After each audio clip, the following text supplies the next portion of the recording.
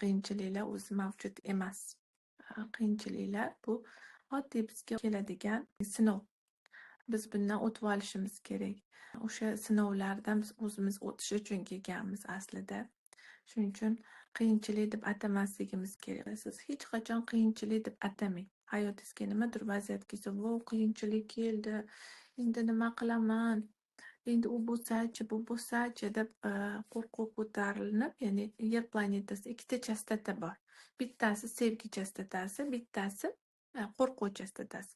Qachonki siz vaziyat berilganda qo'rquv chastotasiga kirsangiz, o'sha vaziyatni hal qila olmaysiz. Ya'ni qo'rquv chastotasiga ulansangiz. Tasavvur qiling, o'rtaga ikkita kanal turibdi sizda. Tasavvur qiling, xayolan hozir ikkita kanal turibdi-da. Bittasi qo'rquv, bittasi sevgi. Biz vaziyat berilganda sevgini ko'ra olamizmi? Masalan, sizni o'g'ri pulingizni olib ketdi. Qo'lingizda, yoningizda 1 million pulingiz bor edi-da, shu pul oxirgi pulingizni o'g'ri olib ketdi. Shu paytda nima qilasiz? Qaysi kanalga ulanasiz? Bunisiga ulanasizmi, bunisiga ulanasizmi? Ko'proq qo'rquvga ulanamiz. Voy, endi mana ketdi, endi nima qilaman? Endi men bu pulga nimadir olmoqchi edim, ola olmayman, endi pul yo'q, endi pul kelmaydi menga. Mana shunaqa qiyinchilik berilindi menga, o'zi hayot beshafqat. Men doim azoblanayoraman. Mana hamma mazza qilib yashayapti, lekin menga azob beraveradi bu hayot. Qanaqasiga Xudo, qayerga qarayapsan ham deb qo'yamiz ba'zida. Bunda biz demak qo'rquvga kirdik. Qo'rquvga kirdingizmi, qo'rquv kanaliga ulandingizmi, demak yechimni topolmaysiz. Demak siz nafratda qoldingiz, alamda qoldingiz va sizga berilgan imtihonni ko'rmadingiz. Imtihonni his ham qilmadingiz, o'ylamadingiz ham, u imtihondan o'tish kerakligini ham o'ylamadingiz. Faqat nafratda, jahlda qoldingiz. O'sha jahlingizda keyin sekin nolib, mana men oxirgi pulimni ishlatib qo'ydim, nimadir bo'ldi deb o'sdingiz. Qanaqadir topdingiz pul.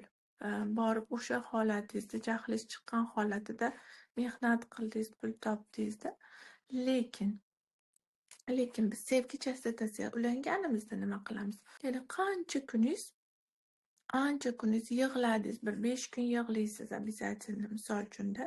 Endi 1 millionga yig'lamasalar kerak, bundan ko'proq $10,000 yo'qotsalar albatta yig'laysizlar. Yig'laysiz bir hafta, 10 kun yig'laysiz. Keyin yana ozgina kasal bo'lasiz, mazangiz qochadi, bir nimalar bo'ladi. Ancha vaqt yo'qotib qo'yasiz. Lekin sevgi chastotasiga ulanganingizda-chi, bu kanalga kirib olganingizda shunday yo'qoldi-da, siz sразу kanalga kirib oldingiz. His qilishni boshlaysiz, ko'rishni boshlaysiz, o'sha yerdagi sevgini ko'rishni boshlaysiz. Demak, bu sevgi. Bu vaziyat orqali, ya'ni shu o'g'ri men pulimni olib ketish orqali menga nimanidir o'rgatmoqchi. Demak, nimadandir imtihondan o'tishim kerak. Hozir nimanidir his qilolmayapmanki, mana shu vaziyat orqali menga his qildirib bermoqchi. Menga nimanidir o'rgatmoqchi. Birinchidan 10 mingni bittada ishlata olmasdimmi? Ongim tayyor emas edi bittada 10 ming ishlatishga. Demak, ongimni kengaytirib berdi. Men nimani o'rgandim? Bittada $10,000 ishlatishim mumkinligini o'rgandim.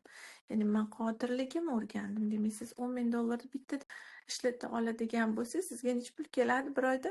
Siz 20 mingga bemalol chiqa olasizda. Siz 10 mingni bittada ishlata olishga hali qo'rqsangiz, ishlata olmasangiz, hech qachon siz chiqa olmaysiz. Faqat 20 mingga chiqishim kerak deb o'ylab yuraverasiz. Siz uni tayyor bo'lishingiz kerak ishlatishga-da, u kelishi uchun. Demak, unga ochib berdi, sizga yo'llarni ochib berdi. Shunaqa zo'r potensialingiz bor edi-da, ichki imkoniyatlaringiz bor edi.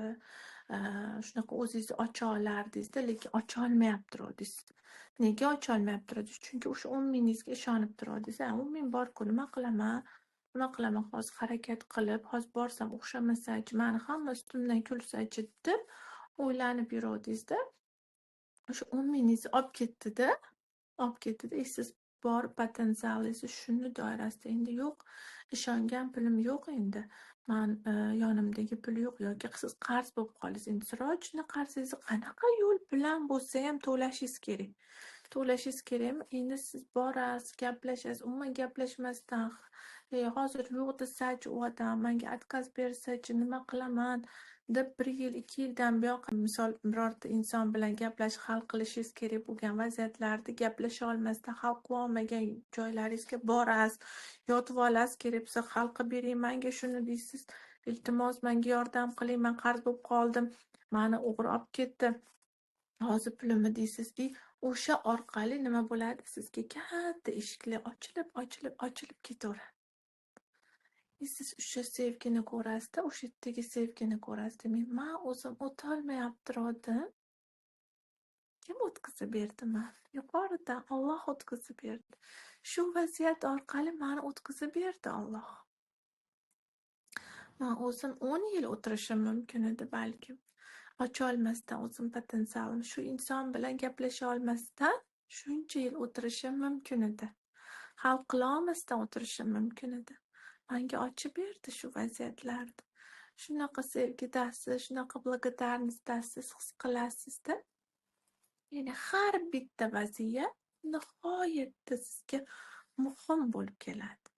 Nihoyatda muhim. Siz ayanchli, yomon deb o'ylagan narsalar ham bu sizga judayam muhim va sizni shunaqangi yaxshiligingiz uchun, siz o'sishingiz uchun, siz rivojlanishingiz uchun xizmat qiladigan vaziyat bo'ladi. Siz faqat uni sevgi chastotasiga ulanganingizdagina ko'ra olasiz va yecha olasiz.